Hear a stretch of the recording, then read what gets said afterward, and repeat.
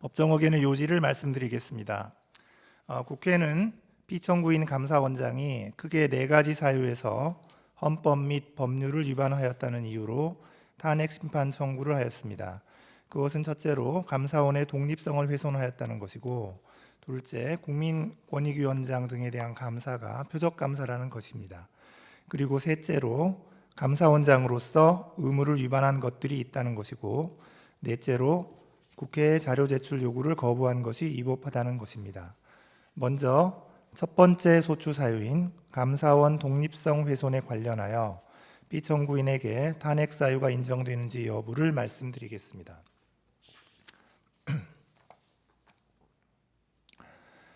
먼저 피청구인이 국회 법제사법위원회 전체 회의 및 국정감사에서 감사원이 대통령의 국정 운영을 지원하고 있다는 취지로 발언한 것이 감사원의 독립성을 훼손하였는지 여부를 보겠습니다. 위 발언의 전체적인 내용, 통상적 의미와 용법, 문맥과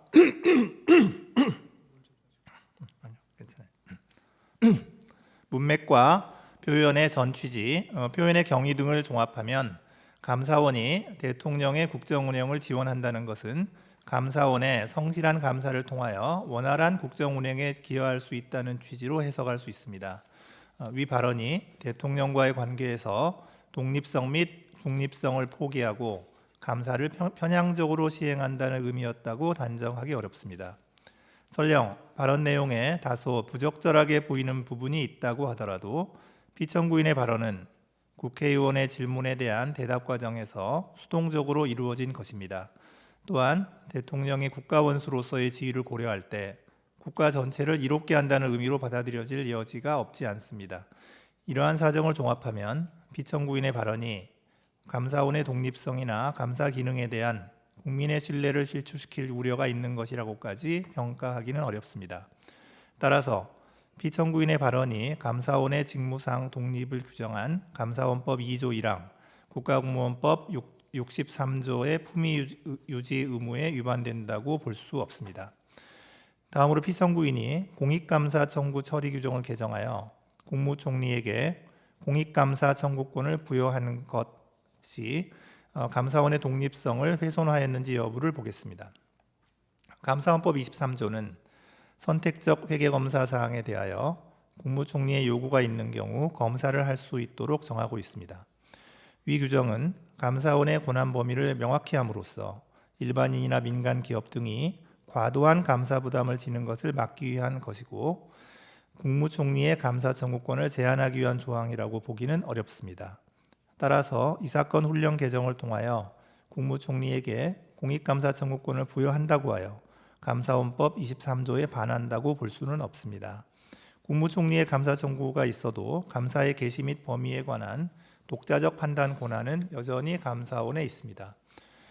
또한 행정각부를 통할하는 국무총리에게 공익감사 청구권을 부여하면 여러 부처가 관련되어 있거나 그 소관이 불분명한 사무의 경우 국무총리에 의한 감사 청구가 가능해지므로 공익감사 청구 제도가 활성화될 수 있습니다. 따라서 국무총리에게 공익감사 청구권을 부여하는 것이 감사원의 직무상 독립이나 정치적 중립성을 상실시키는 것이라고까지 평가할 수는 없습니다. 그러므로 이 사건 훈령 개정이 감사원법 2조 1항에 반한다고 보기 어렵습니다. 이와 같이 이 사건 훈령 개정이 헌법 및 감사원법에 의하여 부여된 감사원의 직무 범위나 권한의 실질적 변동을 초래한다고 보기 어려우므로 감사원의 직무 범위 등을 법률로 정하도록 한 헌법 100조에 반한다고도 볼 수 없습니다. 감사원법 12조 1항 1호는 감사원의 감사 정책에 관하여 감사위원 회의의 의결을 거치도록 규정하고 있습니다. 이 사건 훈령 개정이 감사의 기본 원칙이나 대상 방식 등에 관한 감사 정책을 변경한 것이라고 보기는 어렵습니다. 따라서 피청구인이 감사위원 회의에 의결을 거치지 않고 이 사건 훈령 개정을 하였다고 하여 감사헌법 12조 1항 1호에 반한다고 볼 수는 없습니다. 국무총리에게 공익감사 청구권을 부여하는 것이 감사원의 독립성과 중립성을 훼손하여 국민 전체를 위한 공익 실현에 반하는 결과를 초래한다고 볼 수 없는 이상 피청구인이 공무원의 성실 의무를 규정한 국가공무원법 56조를 위반하였다고 볼 수도 없습니다. 마지막으로 기록상 피청구인이 이 사건 훈련 개정 과정에서 자신의 직무 권한에 속하는 사항에 관하여 그 권한을 위법 또는 부당하게 행사하였다는 사정이 확인되지도 않으므로 형법 123조를 위반하였다고 볼 수도 없습니다.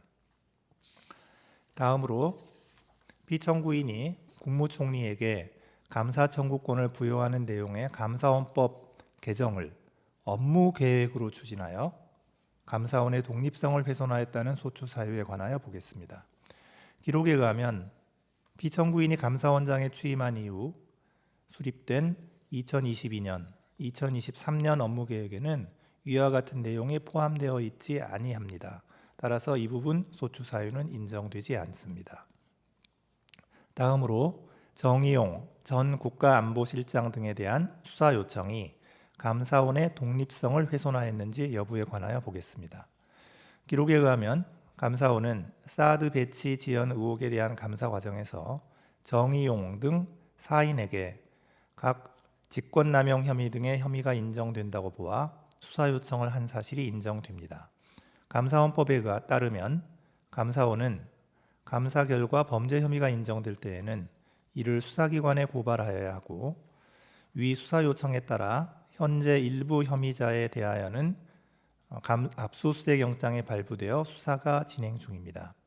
그렇다면 위 수사 요청이 정치적 중립성을 상실한 것으로서 감사원법 2조 1항 및 국가공무원법 56조에 반한다고 볼 수 없습니다. 청구인은 탄핵심판 청구 이후 사드 배치 지연 의혹에 대한 감사가 공익감사 처리 규정 등을 위반하였다는 취지의 주장을 추가하였습니다. 그러나 이는 탄핵소추 의결서에 적시되지 않은 사유이므로 위 주장에 대해서는 판단할 수 없습니다. 두 번째 소추 사유인 권익위원장 등에 대한 감사와 관련하여 피청구인에게 탄핵 사유가 인정되는지 여부를 말씀드리겠습니다. 먼저 그 감사 목적이 위법하여 법률 위반이 되는지 여부에 관하여 보겠습니다. 권익위원회는 법률에 따라 설치된 행정기관으로서 감사원의 직무감찰 대상에 포함됩니다. 권익위원회의 인사관리나 행정관리에 관한 사항은 물론 권익위원장을 포함한 소속 공무원의 위법 부당행위를 바로잡기 위한 대인감찰도 모두 감사원의 직무감찰 사항에 해당합니다. 따라서 이 사건 복무감사가 감사원의 권한 범위를 넘어선 것이라고 보기는 어렵습니다. 또한 이 사건 복무감사는 다수의 제보를 근거로 실시한 특정 사안 감사로 기관 정기감사와 목적 및 대상 등이 달라 두 감사가 시기적으로 근접하여 실시되었다고 하여 감사 목적에 반한다고 볼 수 없습니다. 권익위원장 개인에 대한 대인 감찰뿐 아니라 권익위원회의 행정사무에 관한 감찰도 포함되어 있어서 권익위원장의 사퇴를 압박하기 위한 감사였다고 단정하기도 어렵습니다.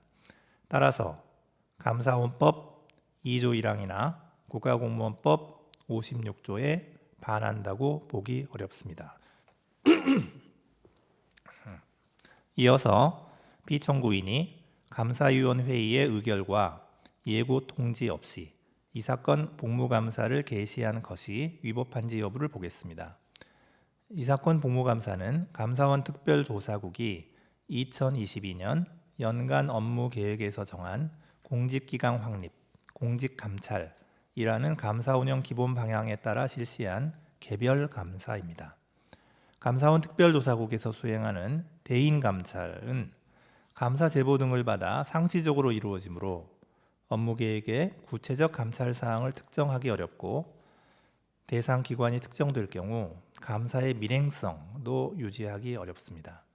이에 감사원은 업무 계획에 상시 공직감찰 등 포괄적인 감사 사항만 기재하여 감사위원회의의 의결을 받고 구체적인 비위 혐의자 등이 담긴 개별 감사 계획은 감사원장의 결재를 받아 감사를 실시하고 있습니다. 따라서 감사위원 회의의 의결 없이 이 사건 복무감사를 개시한 것이 감사원법 2조 1항이나 국가공무원법 56조를 위반한 것이라고 보기 어렵습니다. 한편 청구인은 피청구인이 이 사건 복무감사 전에 예고 통지를 하지 아니하여 사무처리 규칙을 위반하였다고 주장합니다. 그러나 사무처리 규칙 위반만으로는 탄핵소추 사유를 인정하기가 어렵습니다. 다음으로 피청구인이 전현희 전 권익위원장에 대하여 수사 요청을 한 것이 위법한지 여부를 보겠습니다. 기록에 의하면 감사원은 권익위원장에게 감사원법 위반 및 직권남용 등의 혐의가 인정된다고 보아 수사 요청을 한 사실이 인정됩니다. 감사원은 감사 결과 범죄 혐의가 있다고 인정할 때에는 이를 수사기관에 고발하여야 합니다. 그런데 이 사건에서 제출된 증거만으로는 위 수사 요청이 객관적 사실에 반하는 내용이라고 단정하기 어렵습니다. 따라서 위 수사 요청이 현저히 자의적이라거나 정치적 중립성을 상실한 것으로서 국가공무원법 56조에 위반된다고 보기 어렵습니다. 청구인은 위 수사 요청이 감사위원 회의의 의결을 거치지 아니하여 사무처리 규칙을 위반하였다고 주장합니다. 그러나 사무처리 규칙 위반만으로는 탄핵소추 사유라고 인정하기 어렵습니다. 감사 보고서에는 권익위원장의 근태 사안 등에 대한 문제점이 구체적으로 기재되어 있으므로 감사원이 최종 불문 결정을 하였다는 사정만으로 위 수사 요청이 객관적 사실에 반하는 허위 사실을 신고한 것이라고 보기도 어렵습니다. 따라서 위 수사 요청은 형법 156조의 무고죄에 해당한다고 보기 어렵습니다. 다음으로 이 사건 복무감사의 대상 및 진행 절차가 위법하였는지 여부에 관하여 보겠습니다. 청구인은 이 사건 복무감사의 대상 중 유권 해석 사안은 권익위원회의 고유 정책 업무에 해당하므로 감사 대상으로 삼을 수 없다라고 주장합니다. 그러나 행정기관의 사무와 그에 소속한 공무원의 직무는 특별한 사정이 없는 한 감사원의 직무감찰 사항이 됩니다. 감찰 대상인 사무나 직무의 범위도 제한이 없습니다. 따라서 유권 해석 사안에 대한 감사가 감사원법상 인정된 감사원의 직무 범위를 넘어선 것이라거나 국가공무원법 56조를 위반한 것이라고 볼 수 없습니다. 청구인은 피청구인이 강압적인 감사를 하고 이 사건 복무감사와 관련한 사항을 언론에 공개하여 감사원법 등을 위반하였다고 주장합니다. 그러나 이 점에 관해서는 구체적 사실관계의 특정이나 입증이 없으므로 이 부분 소추 사유는 받아들이지 아니합니다. 청구인은 가사도 민원 사안에 대한 감사가 이 사건 복무감사의 목적 범위를 벗어난 것이라고 주장합니다.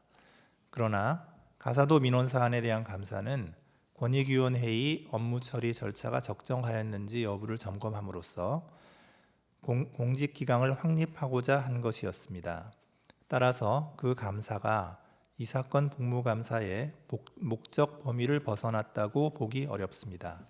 그러므로 행정조사기본법 4조 1항 및 국가공무원법 56조에 위반되지 않습니다. 다음으로 이 사건 복무감사에 관한 감사보고서를 시행하는 과정에서 피청구인이 전산부서로 하여금 주심위원회 열람이 없이 감사보고서의 시행이 가능하도록 전자문서 시스템을 변경하게 한 행위가 위법한지 여부에 관하여 보겠습니다. 감사원 훈령인 감사사무 등 처리에 관한 규정에 따르면 감사위원 회의에서 감사 결과 처리안을 변경하여 시행하도록 의결된 때에는 주심위원회 열람을 받아 감사 결과를 시행하도록 되어 있습니다. 위 규정은 주심위원에게 실질적인 열람 결재 권한을 부여한 것으로 감사원장이나 다른 감사위원이 주심위원회 열람 결재를 대체할 수 있다고 보기 어렵습니다. 설령 주심위원회 협조를 기대하기 어려운 예외적 상황이 발생하였다고 하더라도 적법한 절차에 따라 관련 제도와 규정의 정비를 통해 문제를 해결하였어야 합니다. 그런데 피청구인은 오로지 감사 보고서를 즉시 시행시킬 목적으로 유효하게 시행 중이던 훈령 규정의 효력을 일시 정지시키는 내용의 방침을 전달하였으므로 감사원 훈령의 제정이나 개정 절차를 준수하였다고 보기 어렵습니다. 이는 피청구인이 법령상 허용된 권한 범위를 벗어나 주심위원회 열람 권한을 침해한 것이므로 국가공무원법 56조에 위반됩니다. 다만 피청구인은 감사 결과의 시행이 늦어지는 것을 막기 위해 부득이하게 이러한 조치를 취한 것으로 보이고, 이를 통하여 감사 결과의 내용을 왜곡하거나 감사 결과에 부당한 영향을 미쳤다고 보기는 어렵습니다. 그렇다면 위법 부당의 정도가 직권남용에 이른 경우라고 단정하기 어렵고, 피청구인에게 직권남용의 고의가 있었다는 점이 합리적 의심의 여지 없이 증명되었다고 볼 수 없습니다. 따라서 형법 123조의 직권남용죄에 해당한다고 보기 어렵습니다. 한편 피청구인은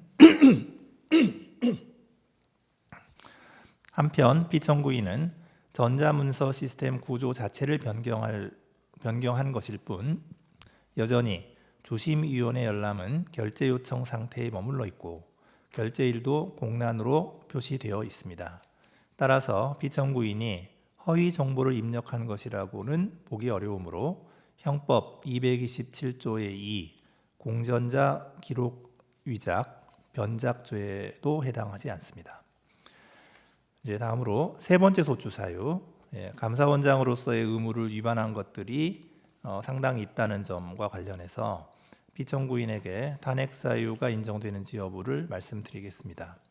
먼저 대통령실 관저 이전 감사와 관련하여 법률 위반이 있었는지 여부를 보겠습니다. 청구인은 피청구인이 감사 보고서에 국민감사청구심사위원회가 대통령실 관저 이전 결정 과정의 타당성에 관한 사항은 이 사건 감사 범위에서 제외하는 것으로 의결하였다라는 허위의 사실을 기재함으로써 허위 공문서를 작성하였다고 주장합니다. 그러나 감사 청구서 등의 기재 내용, 국민감사청구심사위원회의 심사 내용, 관련 법령이 정한 국민감사 청구의 대상 및 감사원의 직무감찰 범위 등을 종합적으로 고려하면 참여연대의 감사 청구 사항 중 대통령실 관저 이전 의사결정 과정의 직권남용 등 부패 행위 및 불법 여부에 관하여 실시하기로 한 감사의 내용은 대통령실 관저 이전 결정 과정에서 관련 법령이 정한 절차를 준수하지 아니한 법령 위반 행위가 있었는지 여부라고 보는 것이 타당합니다. 결정의 타당성이나 당부에 관한 사항은 감사의 범위에 속한다고 보기 어렵습니다. 따라서 감사 보고서에 기재된 내용이 허위라고 보기는 어렵습니다. 청구인은 피청구인이 불성실한 감사를 하였다고 주장합니다. 감사원은 대통령실 관저 이전 결정 과정에서 관련 법령이 정한 절차를 준수하였는지 여부에 관한 감사를 실시하였고 부실 감사라고 볼 만한 다른 사정은 보이지 않습니다. 청구인은 탄핵 심판 청구 이후 피청구인이 참여연대의 감사 청구 사항 중 대통령실 관저 공사업체 선정과 관련하여 법령 위반 등의 의혹이 있음에도 이에 관한 감사를 실시하지 아니하였거나 부실한 감사를 실시하였다는 취지의 주장을 추가하였습니다. 그러나 이는 탄핵소추 의결서에 적시되지 않은 사유이므로 이 주장에 관해서는 판단할 수 없습니다. 따라서 피청구인이 감사원법 2조 1항 및 국가공무원법 56조를 위반하였다고 볼 수 없습니다. 이어서 서해 공무원 피격 사건 감사와 관련하여 법률 위반이 있었는지 보겠습니다. 감사원이 작성 배포한 보도자료 중 청구인이 주장하는 부분이 군사 1급 비밀에 해당하는 사실을 인정할 만한 아무런 자료가 없습니다. 따라서 피청구인이 군사기밀보호법 13조 1항을 위반하였다고 보기 어렵습니다. 청구인은 탄핵심판 청구 이후 서해 공무원 피격 사건 감사 자체가 감사위원 회의의 의결을 거치지 않아 위법하다거나 위 보도자료 배포 행위가 감사 결과 공개에 관한 감사원 법령 등에 위반된다는 취지의 주장을 추가하였습니다. 그러나 이는 탄핵 소추 의결서에 적시되지 않은 사유입니다. 따라서 이 주장에 관하여는 판단할 수 없습니다. 위 감사와 관련하여 감사원은 국가안보실, 국방부 등 5개 기관 관련자에 대하여 직무유기 등의 혐의가 인정된다고 보아 수사 요청을 하였습니다. 감사원은 감사 결과 범죄 혐의가 있다고 인정할 때에는 이를 수사기관에 고발하여야 하므로 특별한 사정이 없는 한 수사 요청 자체가 위법하다고 보기는 어렵습니다. 다음으로 이태원 참사 감사와 관련하여 법률 위반의 점이 있었는지 보겠습니다. 이 부분 소추 사유는 피청구인이 2023년 연간 업무 계획에 이태원 참사 사건과 관련한 구체적인 감사 계획이 수립되어 있었음에도 그러한 감사 계획이 없다라는 허위 내용의 발언을 하고 같은 내용의 보도 참고 자료를 작성 배포하였다는 것입니다. 그런데 기록에 의하면 감사원은 2023년 연간 업무 계획에서 이태원 참사와 관련하여 구체적 감사 계획을 수립한 사실이 인정되지 아니합니다. 따라서 이 부분 소추 사유는 인정되지 않습니다. 다음으로 월성 원전 1호기 조기 폐쇄 감사와 관련하여 법률 위반의 점이 있었는지 보겠습니다. 이 부분 소추 사유는 피청구인이 감사원장으로 취임하기 전의 행위입니다. 그래서 피청구인의 감사원장으로서의 직무집행에는 해당하지 않습니다. 피청구인은 탄핵심판 청구 이후 청구인은 탄핵심판 청구 이후 피청구인이 위 감사와 관련한 판결에 불복하는 등 위법한 감사를 지속하였다는 취지의 주장을 추가하였습니다. 그러나 이는 탄핵 소추 의결서에 적시되지 아니한 사유이므로 이에 관하여는 판단할 수 없습니다. 다음으로 중앙선거관리위원회에 대한 감사와 관련하여 법률 위반의 점이 있었는지 보겠습니다. 중앙선거관리위원회에 대한 감사는 합의제 기관인 감사위원회의의 의결에 따라 실시된 것이므로 특별한 사정이 없는 한 피청구인이 감사원장의 지위에서 행한 행위라고 보기 어렵습니다.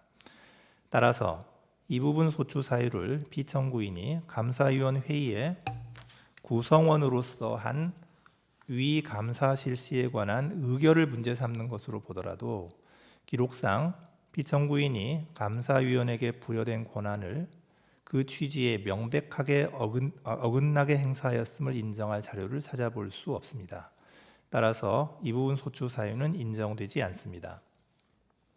네 번째 소추 사유인 피청구인이 국회 법제사법위원회의 서류 제출 요구에 응하지 않고 현장 검증 당시 기록의 열람을 거부한 행위가 위법한지 여부에 관하여 보겠습니다.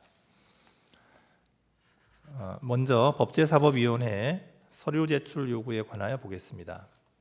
법제사법위원회의 2024년 9월 25일자 의결에 따라 이루어진 서류 등의 제출 요구는 제출 요구일 하루 전인 2024년 10월 6일 감사원에 송달되었습니다.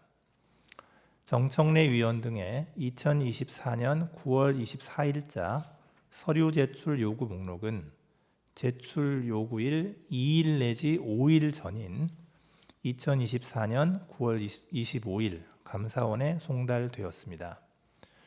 위원회 제적위원 3분의 1 이상의 요구로 이루어진 전현희, 이성윤 위원의 2024년 9월 30일자 서류 제출 요구 목록은 제출 요구일 2일 내지 3일 전인 2024년 9월 30일 감사원에 송달되었습니다.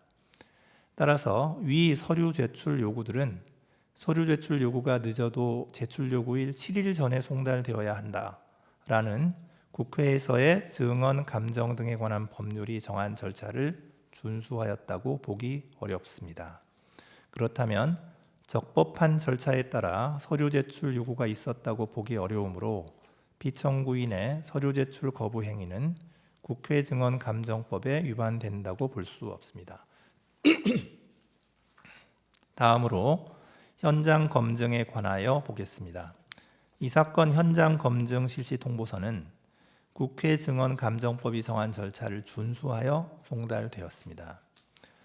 피청구인은 현장 검증 실시 중에 회의록 열람을 거부하였고 국회 증언 감정법상 검증을 거절할 수 있는 사유에 관한 소명도 이루어지지 않았습니다. 따라서 이러한 열람 거부 행위는 국회 증언 감정법 10조 4항 및 4조 1항에 위반됩니다. 다만 감사원은 감사원의 직무상 독립성을 저해할 우려가 있어서 감사위원회의 회의록을 제출할 수가 없다라는 취지의 답변서를 제출하였습니다. 이에 비추어 보면 감사원장인 피청구인이 구체적으로 직무를 수행해야 할 자기 의무가 있는데도 이를 저버린다고 인식하고 의무를 이행하지 않은 것으로까지 보기는 어렵습니다. 따라서 위 열람 거부 행위 등이 형법 122조 직무유기죄에 해당한다고는 볼 수 없습니다. 피청구인이 감사원장으로서의 권한을 남용하여 감사원 소속 공무원으로 하여금 국회에 서류 제출 요구 등을 거부하도록 지시하였다는 점은 이를 입증할 만한 자료가 없습니다. 따라서 형법 123조에 직권남용죄가 성립한다고 보기 어렵습니다. 마지막으로 앞서 인정된 법률 위반 사항들이 피청구인을 파면할 정도로 중대한 법 위반에 해당하는지 여부에 관하여 종합적으로 살펴보겠습니다. 감사원장의 파면을 요청할 정도로 중대한 법 위반인지 여부는 법 위반 행위가 헌법 질서에 미치는 부정적 해악과 감사 기능의 독립적 수행을 위하여 신분이 보장되는 감사원장의 헌법상 지위 등을 함께 고려하여 판단하여야 합니다. 피청구인은 감사원의 전자문서 시스템을 변경하여 주심위원회 열람 없이 감사보고서를 시행할 수 있도록 함으로써 국가공무원법 56조를 위반하였습니다. 다만 이는 감사 결과의 원활한 시행을 위한 것으로 볼 여지가 있고 피청구인에게 특별히 감사 결과에 관여하거나 부당한 영향을 미치기 위한 의도가 있었다고 보기는 어렵습니다. 또한 피청구인은 국회위원회 현장 검증 당시 감사위원 회의의 회의록에 대한 열람을 거부함으로써 국회 증언 감정법을 위반하였습니다. 그러나 감사위원회의 운영 등에 관한 규칙에 의하면 감사위원 회의의 회의는 공개하지 않도록 정하고 있고 이는 감사원의 직무상 독립성과 정치적 중립성을 확보하기 위한 것으로 보입니다. 또한 피청구인은 현장 검증 당시 감사 보고서 등을 공개하고 감사위원 회의에 참여하였던 감사위원들을 증인으로 참석하도록 하였습니다. 이러한 점을 고려하면 피청구인이 법질서를 무시하거나 이에 역행하고자 하는 적극적인 의도로 법률을 위반하였다고 보기는 어렵습니다. 그렇다면 피청구인의 법 위반이 헌법 질서에 미치는 부정적 영향이나 해악의 정도가 중대하여 피청구인에게 간접적으로 부여된 국민의 신임을 박탈하여야 할 정도에까지 이르렀다고 단정하기 어렵습니다. 따라서 피청구인의 파면을 정당화하는 사유가 존재한다고 볼 수 없습니다. 이상입니다. 재판관 이미선, 재판관 정정미, 재판관 정계선의 별개 의견의 요지를 말씀드리겠습니다. 이 사건 심판 청구가 기각되어야 한다는 결론에 있어서는 법정 의견에 동의하나 피청구인이 전자문서 시스템을 변경한 행위, 국회위원회의 현장 검증 시 회의록 열람을 거부한 행위에 더하여 이 사건 훈령 개정으로 국무총리에게 감사 청구권을 부여한 행위 역시 감사원의 독립성과 중립성을 훼손하는 것으로서 헌법 및 감사원법 등에 위반된다고 봅니다. 먼저 이 사건 훈령 개정이 감사원법 2조 1항 및 23조를 위반하였다는 점에 대해서 보겠습니다. 감사원은 사정 기능을 담당하는 권력기관으로서 직무상 독립성과 정치적 중립성을 중요한 요소로 합니다. 감사원이 감사 과정에서 정치적 편향성을 가질 경우 표적 감사 내지 면죄부 감사가 될 수 있어 감사 기능의 본래 목적을 충족하지 못하기 때문입니다. 감사원의 독립성은 감사원의 전신인 심계원 설립 당시부터 보장되어 왔습니다. 헌법 및 감사원법은 감사원의 직무상 독립성과 중립성을 보장하기 위하여 감사원장 및 감사위원의 임기 보장, 신분 보장, 겸직 및 정치운동의 금지 등을 규정하고 있습니다. 다만 감사원은 직제상 대통령 소속 하에 있고 대통령은 감사원장 및 감사위원에 대한 임명권 등 감사원의 인적 구성에 관한 권한을 가지고 있어 감사원의 독립성과 중립성에 한계로 작용하고 있습니다. 그럼에도 피청구인은 이 사건 훈령 개정을 통해 대통령을 보좌하는 국무총리에게 공익감사 청구권을 부여하였는 바 이는 감사원이 지니는 위와 같은 독립성의 한계를 더욱 가중시킬 우려가 있습니다. 국무총리는 대통령을 보좌하는 행정부의 2인자로서 국정 전반에 관하여 대통령의 명을 받아 포괄적이고 종합적으로 행정 각부를 통할할 권한을 가지고 있습니다. 따라서 국무총리는 행정 각부의 장과 달리 행정 전반에 걸친 포괄적인 감사 청구가 가능합니다. 공익감사 청구 처리 규정에 의하면 감사원이 감사 개시 여부를 독자적으로 판단하여 결정하도록 하고 있으나 위와 같은 국무총리의 지위와 영향력을 고려하면 사실상 국무총리의 감사 청구가 있음에도 감사원이 감사 개시를 하지 않을 가능성은 기대하기 어렵습니다. 더구나 공익감사 청구 처리 규정은 국무총리로 하여금 감사 청구 시 감사원과 미리 협의하도록 규정하여 감사 방향에 관한 광범위한 행정 개입의 가능성을 증대시킬 수 있습니다. 따라서 이 사건 훈령 개정은 감사원의 독립성과 중립성을 훼손하는 것으로서 감사원법 2조 1항에 위반됩니다. 한편 감사원법 23조는 선택적 회계 검사 사항의 하나여 국무총리에게 감사 청구권을 부여하고 있습니다. 국무총리의 앞서 본 지위와 영향력, 헌법과 법률이 감사원의 독립성과 중립성을 보장하고 있는 취지 등을 고려할 때 감사원법 23조에 규정된 국무총리의 감사 청구권은 위 조항에 규정된 선택적 회계 검사 사항의 하나여만 제한적으로 인정된다고 해석함이 타당합니다. 따라서 이 사건 훈령 개정은 선택적 회계 검사 사항의 하나여 국무총리에게 감사 청구권을 부여한 감사원법 23조에도 위반됩니다. 다음으로 이 사건 훈령 개정이 헌법 100조, 감사원법 12조 1항 1호를 위반하였는지에 관하여 보겠습니다. 헌법 100조는 감사원의 직무 범위 등에 관한 사항을 법률로 정하도록 규정하고 있습니다. 국무총리의 감사 청구가 감사원의 기능 및 독립성에 미칠 부정적 영향을 고려할 때 국무총리에 대한 공익감사 청구권 부여는 감사원의 직무 범위에 관한 실질적 변경을 초래할 수 있으므로 이는 법률 개정을 통하여 이루어져야 합니다. 또한 감사원법 12조 1항 1호는 감사원의 감사 정책에 관하여 감사위원회의 의결을 거치도록 정하고 있습니다.